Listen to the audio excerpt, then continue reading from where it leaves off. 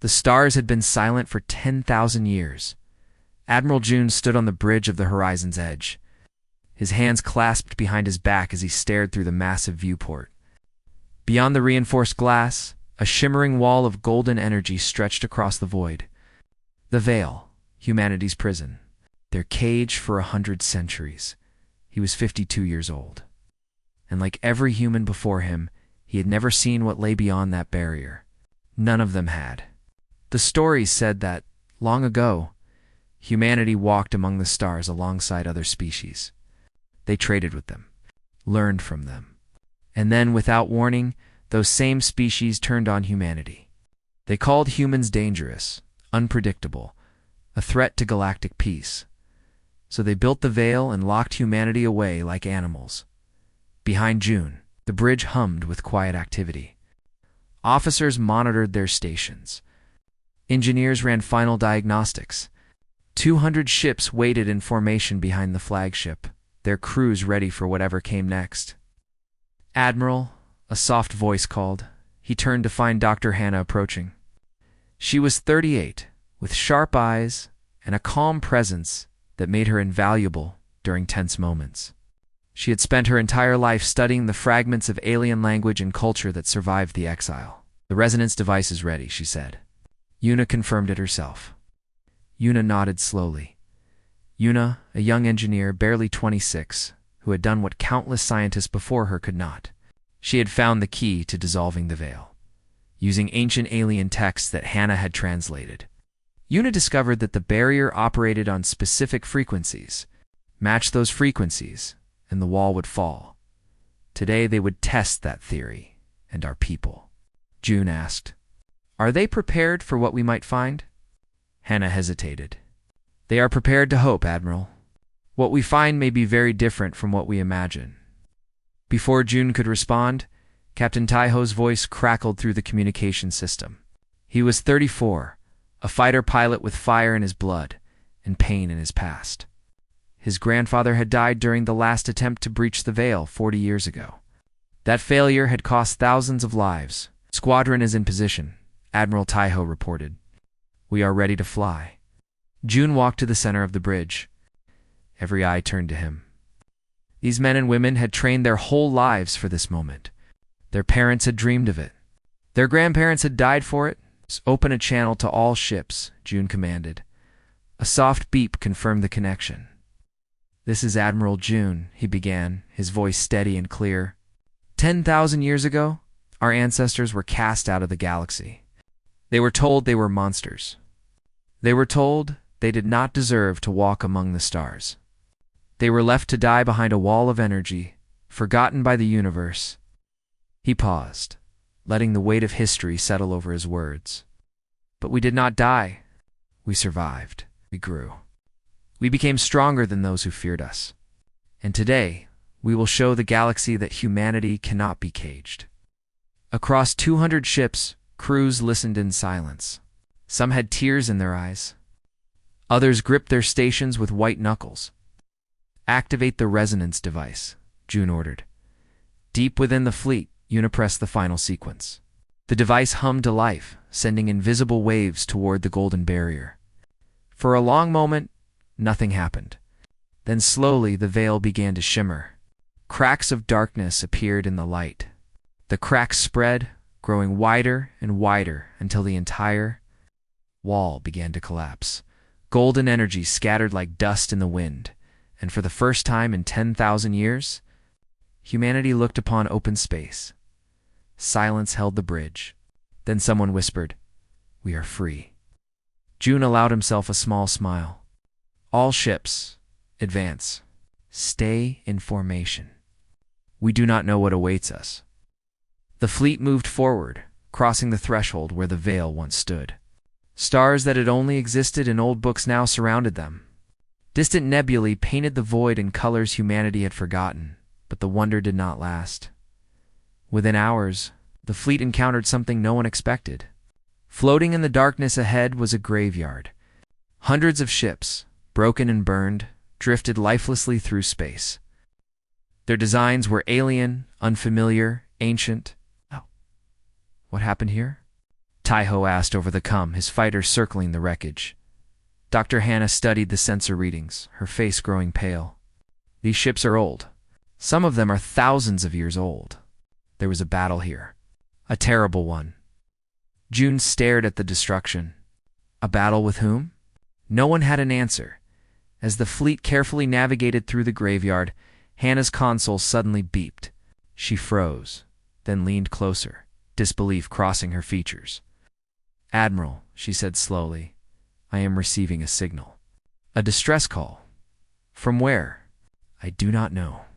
But the language." She looked up at him with wide eyes. "The language is from one of the species that banished us." I recognized the patterns. June felt a chill run down his spine. For 10,000 years, they had imagined the galaxy thriving without them. They had pictured the species that exiled them, growing powerful, living in peace. But this graveyard told a different story. This distress call told a different story. "Can you translate it?" he asked. Hannah worked quickly, her fingers dancing over the console. After a few moments, she nodded. It says, "To anyone who hears this, we are dying. The Hollow have taken everything. Please, if you can hear us, we need help. We need salvation."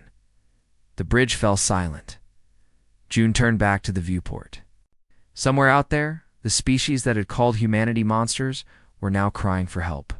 The species that had locked them away were now facing extinction. He thought of his grandfather, who had dreamed of this day. He thought of the millions who had died during the purges before the veil was raised. He thought of all the pain and suffering humanity had endured. And then he thought of the kind of people they had chosen to become. "Set a course for the signal's origin," June commanded. "If someone needs help, we will answer." Taiho's voice came through the com, quieter now. "And if it is a trap?" June's expression hardened. "Then they will learn that the monsters they feared have finally come home." The fleet adjusted course and flew deeper into the wounded galaxy. Humanity had returned. The station was dying. Admiral June could see it clearly as the fleet approached. Once, this place must have been magnificent. A massive structure floating in space, built from metals that shimmered like jewels. But now, entire sections were dark. Hull breaches scarred its surface. Emergency lights flickered weakly through cracked windows, and surrounding it were thousands of small ships. Packed so tightly, they looked like insects clinging to a corpse. "Refugee vessels," Dr. Hannah said quietly. "They are fleeing something." Director Nari stood nearby, her arms crossed. She was 45, head of fleet intelligence, and she trusted no one. Fleeing toward a dead station. They have nowhere else to go. Whatever's hunting them has pushed them to the edge of extinction. On the tactical display, Minho studied the scene with worried eyes.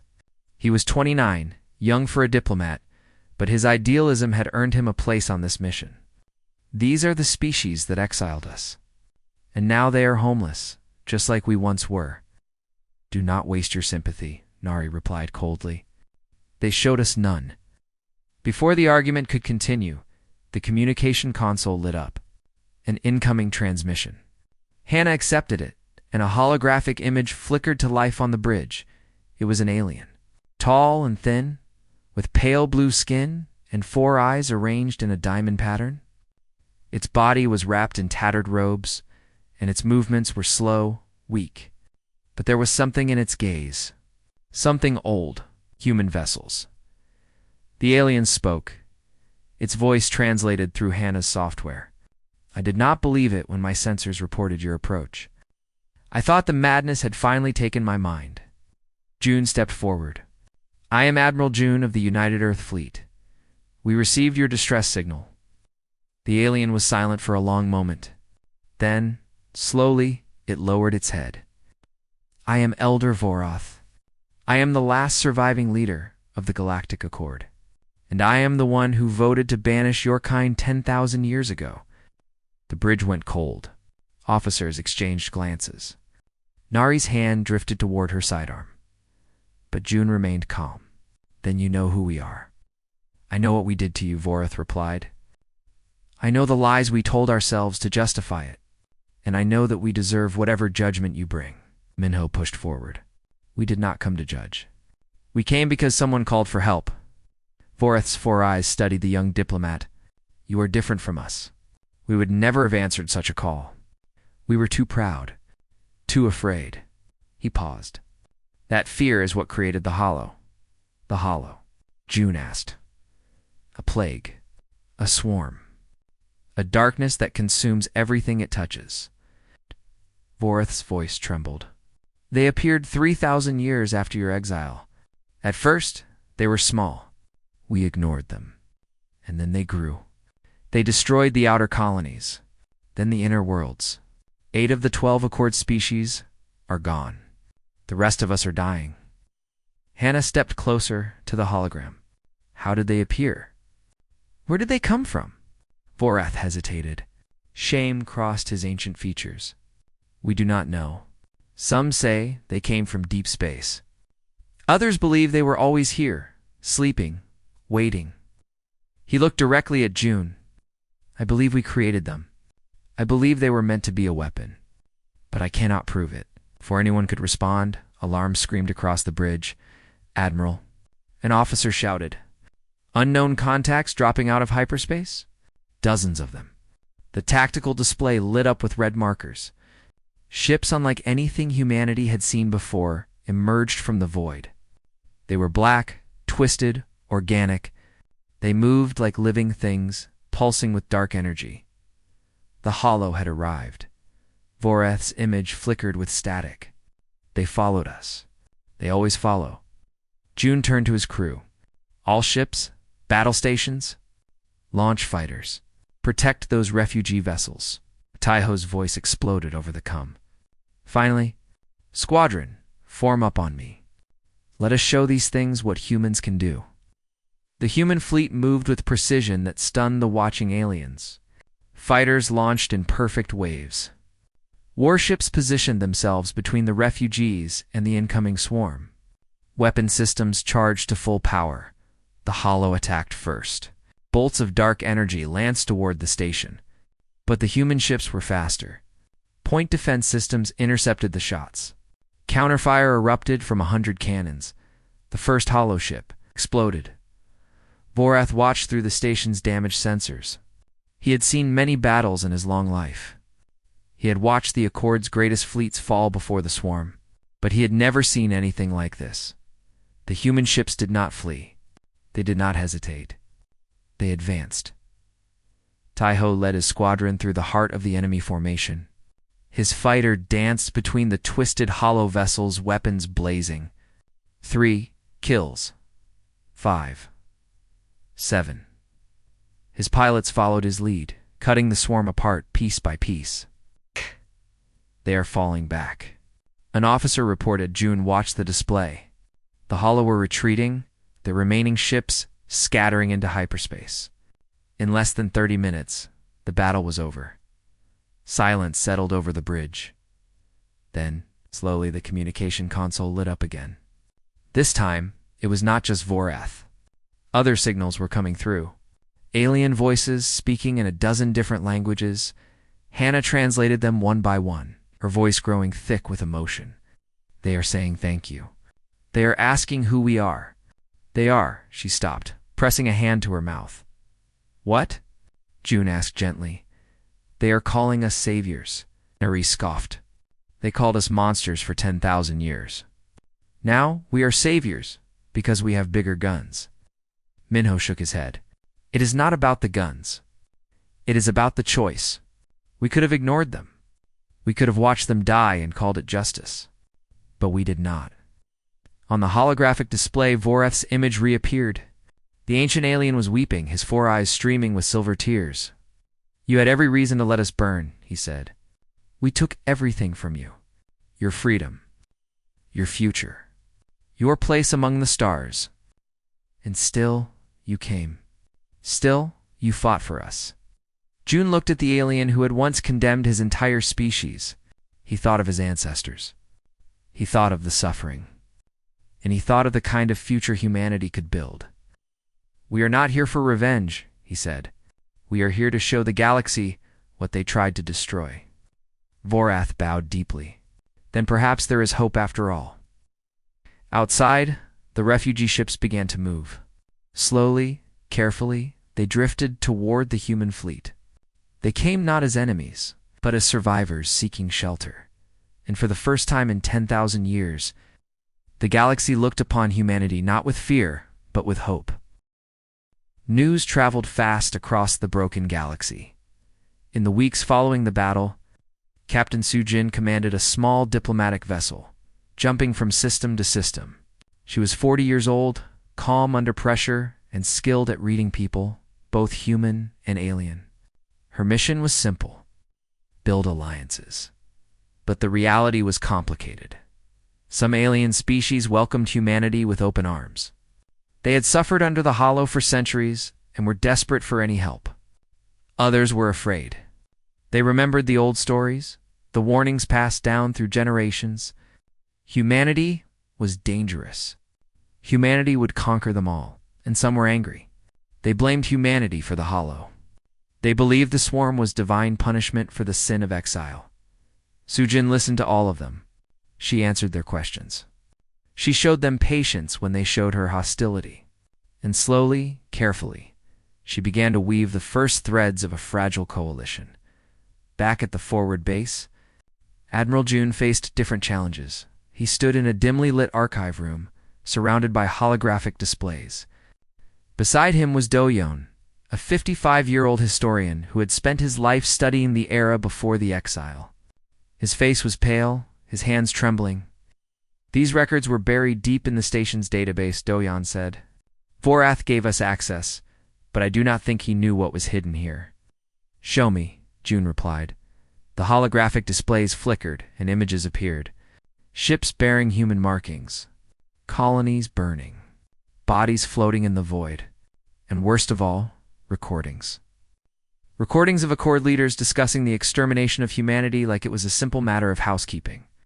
We cannot allow them to spread, one alien voice said in the recording. They breed too quickly. They adapt too fast. If we wait, they will outnumber us within 1,000 years, another voice replied. Then we eliminate them. Every colony, every ship, every world, and their homeworld, we seal it. Let them rot behind the veil until they die on their own. The recording ended. Do-yeon could not look at June. This was not just exile, Admiral. This was genocide. They hunted us. Millions of our people died before the veil was raised, and those deaths were erased from history. June stood perfectly still. His heart pounded in his chest. He thought of his parents, his grandparents, all the generations who had wondered why the galaxy hated them so much now. He knew the truth, and it was worse than anything he had imagined. Word of the discovery spread through the fleet within days. June tried to control the information, but it was impossible. Soldiers who had fought to protect the refugees now questioned why they had bothered. Officers who had admired alien technology now looked at it with disgust. They tried to wipe us out, Taiho said during a tense briefing. His wounds from the battle were still healing, but his anger was fresh. They murdered our ancestors and then pretended we were the monsters. I say we finish what they started. Revenge will not bring back the dead, Dr. Hannah replied. It will only create more. Then what do you suggest? Forgiveness? They do not deserve forgiveness. Perhaps not, Hannah admitted, but we deserve to be better than they were. On the other side of the base, Marine Commander Hajin prepared for a different kind of mission. He was 31, built like a soldier, with eyes that had seen too much suffering. Word had come of a planet held by the Hollow, a world where an alien species called the Ven had been enslaved for generations. The Ven were one of the original Accord species, Minho explained as Hajin's team geared up. They were pacifists. They never supported the exile. And when the Hollow came, no one defended them. Hajin checked his rifle. Then we will. The assault was brutal. The Hollow had dug deep into the planet, infesting its cities and its people. Hajin led his Marines through streets choked with organic growth. They fought in tunnels. They fought in ruined buildings. They lost soldiers along the way, but they did not stop. When the last Hollow fell, Hajin stood in the center of a devastated square. Around him, alien survivors emerged from hiding. They were small and frail, with large eyes and delicate limbs. They looked at the human soldiers with confusion. One of them, a child, walked slowly toward Hajan. It reached up and touched the armor on his arm. "You are the exiled ones," it said, its voice barely a whisper, "the ones from behind the wall." Hajan knelt down to meet its eyes. "Yes, we are. Why did you come?" He thought about the recordings. He thought about the hatred burning in his chest. And then he thought about this child, innocent of the sins of its ancestors. "Because someone had to," he said. The Ven survivors were evacuated to the forward base. They swore loyalty to humanity, not out of fear, but out of gratitude. They were the first species to formally join the coalition. But not everyone was ready to move forward. Late that night, Dr. Hannah found June standing alone on an observation deck. He was staring at the stars, his expression unreadable. "I discovered something else in the records," she said quietly. "More horrors? A different kind." She hesitated. The hollow did not emerge naturally. They were engineered, created in a laboratory, and the earliest references to the project date back to the same era as our exile. June turned to face her. "You are saying the hollow were made to destroy us?" "I am saying it is possible. The project was abandoned after the veil was raised. Perhaps they thought we were already dead. But the hollow escaped. They grew beyond control, and the galaxy paid the price." June was silent for a long moment. The truth was clear now. The species that feared humanity had tried to build a weapon against them, and that weapon had consumed everything. "This is true," he said slowly. "Then the hollow are not just the galaxy's problem. They are our responsibility." Hannah nodded. "They were meant for us, and now only we can stop them." June looked back at the stars. Somewhere out there, the hollow were massing. Somewhere out there, the truth was still buried. And somewhere out there, the ones who started this nightmare were still hiding. "Then we find them," he said. "We find whoever created this plague, and we end it." The hunt had begun. The shadows had names. Wyron discovered this during her 3rd week undercover on an alien trading station. She was 33, trained in covert operations, and she had spent years learning to disappear into crowds. Her mission was to find evidence of the group behind the hollow, the ones who had hidden in darkness for 10,000 years, and now she had a name, the Silent Council. "They are not a government," her contact whispered in a dimly lit bar. The alien was small and nervous, glancing over its shoulder every few seconds. "They are older than governments. They existed before the Accord. They controlled the Accord. And when the Accord fell, they simply stepped back into the shadows." Yaren leaned closer. "What do they want? Control. They believe the galaxy belongs to a chosen few. Every other species, including yours, is either a tool or a threat." The alien shuddered. "They created the hollow to eliminate humanity.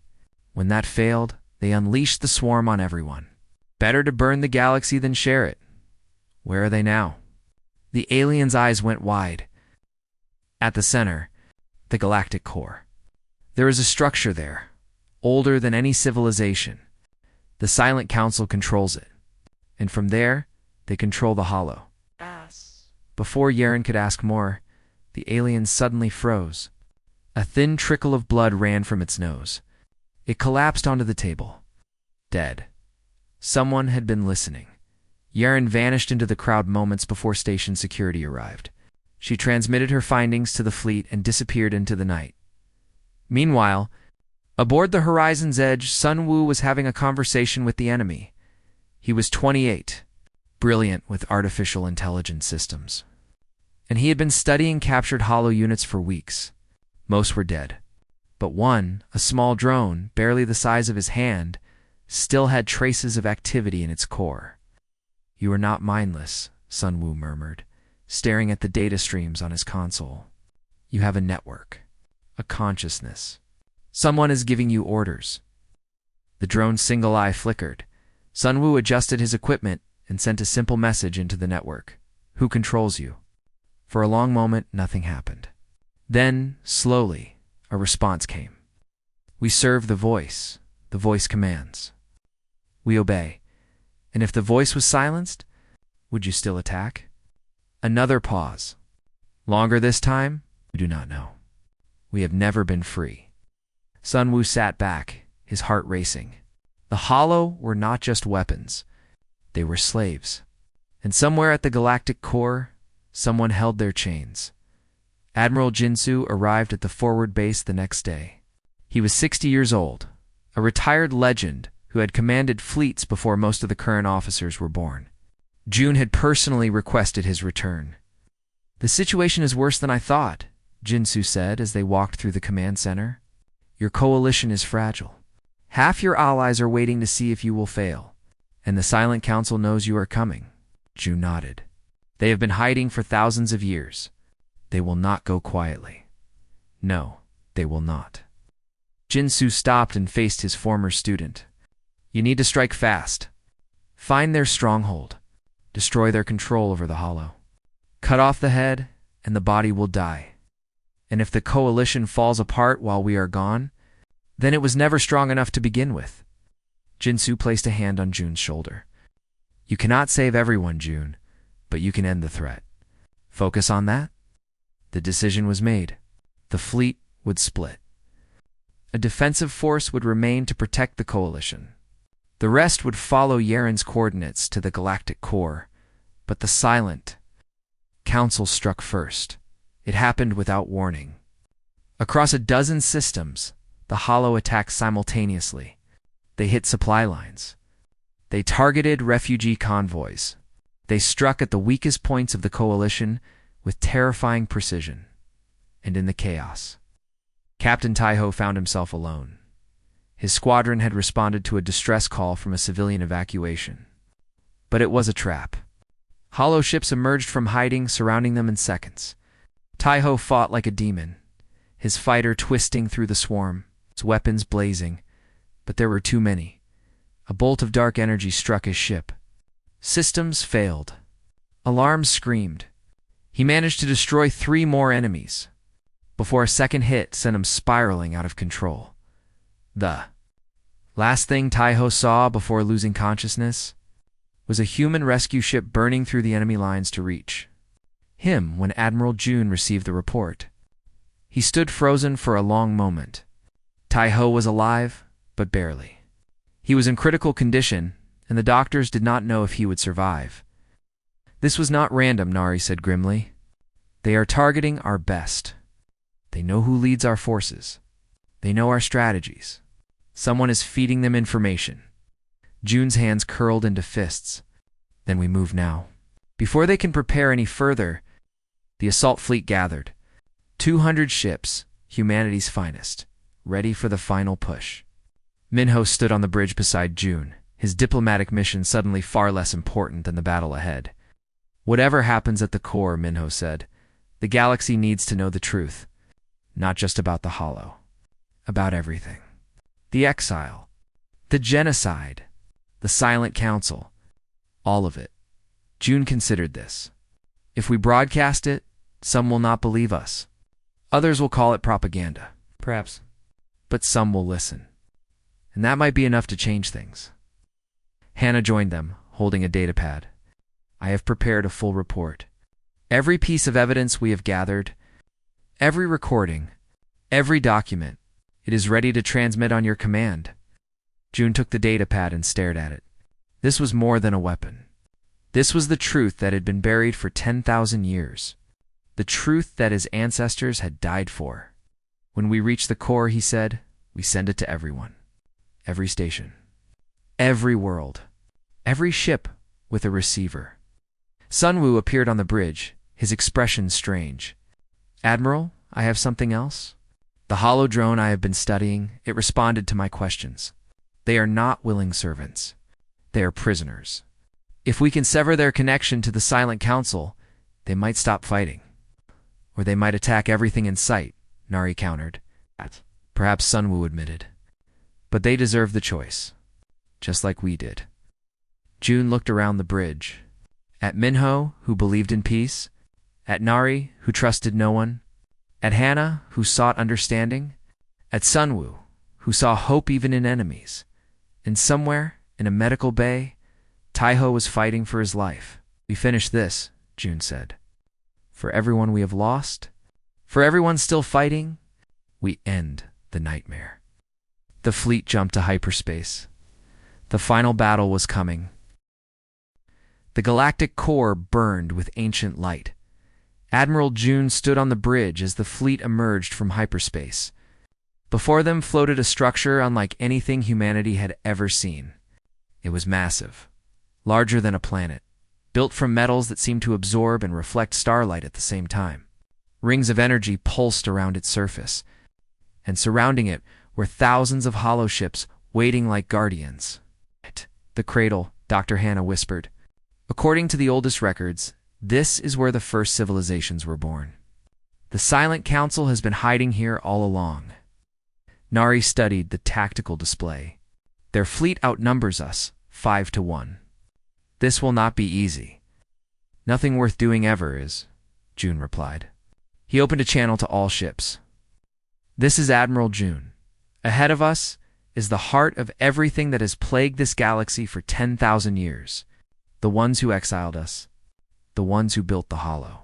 The ones who watched billions die rather than share the stars. He paused. Today we end it. Not for revenge. Not for conquest. But so that no one ever has to suffer like this again. All ships, advance. The fleet surged forward. The hollow responded immediately. Waves of twisted ships launched from the cradle, their dark energy weapons firing in endless streams. Human ships answered with volleys of their own. Explosions lit up the void like new stars being born. Somewhere in the chaos, Minho sat at a communication console, broadcasting on every frequency. This is the United Earth Fleet. We are transmitting evidence of crimes committed by the Silent Council against all species, including humanity. The Hollow were created as weapons. The exile was built on lies. Everything you have been told is false. Watch, listen, and decide for yourselves. Across the galaxy, screens flickered. Recordings played. Documents scrolled. Billions of beings saw the truth for the first time. Some refused to believe. Others wept. And some began to act. On a dozen worlds, alien ships that had been waiting on the sidelines turned toward the galactic core. They were not many, but they were enough, Admiral. An officer called, Allied vessels arriving. The Ven, the refugees from the station. Others we do not even recognize. June allowed himself a brief smile. The truth has a way of finding believers. Deep inside the cradle, Commander Hagen led his Marines through twisted corridors. Yaren had infiltrated ahead of them, disabling security systems and guiding them toward the central control chamber. The walls were organic, pulsing with the same dark energy that powered the hollow. It felt like walking through the belly of a monster. Yaren, Status, Hagen spoke into his come. Almost there, she replied. The control network is just ahead, but Hagen, there is something else here. Something old. I think one of the council members is still alive. Can you handle it? Pause. I am about to find out. Yaren stepped into the central chamber and froze. It was vast, filled with holographic displays showing every corner of the galaxy. And at its center sat a being she had only seen in ancient texts.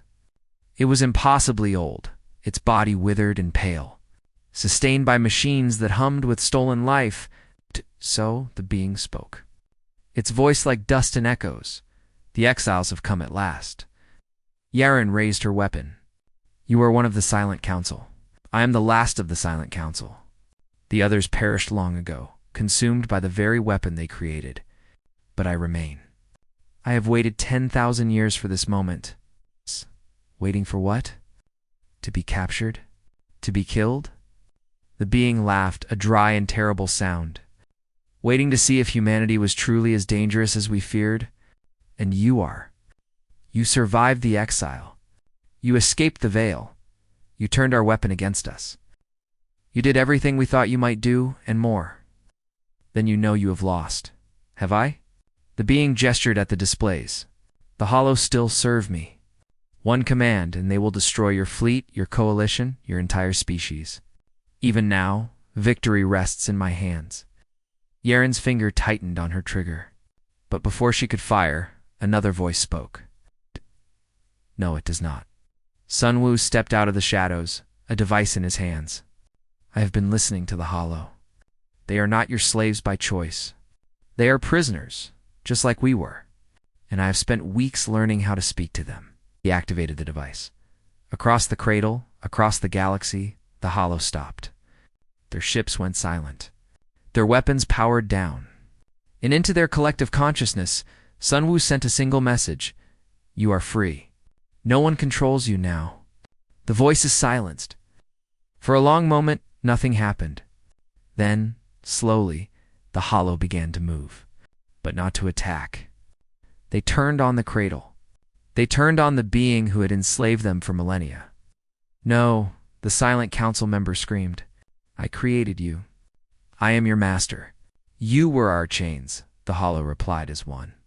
Now we are free. The cradle shuddered as the Hollow tore it apart from the inside. Yaren grabbed Sunwoo and ran Hajun's marines covering their retreat.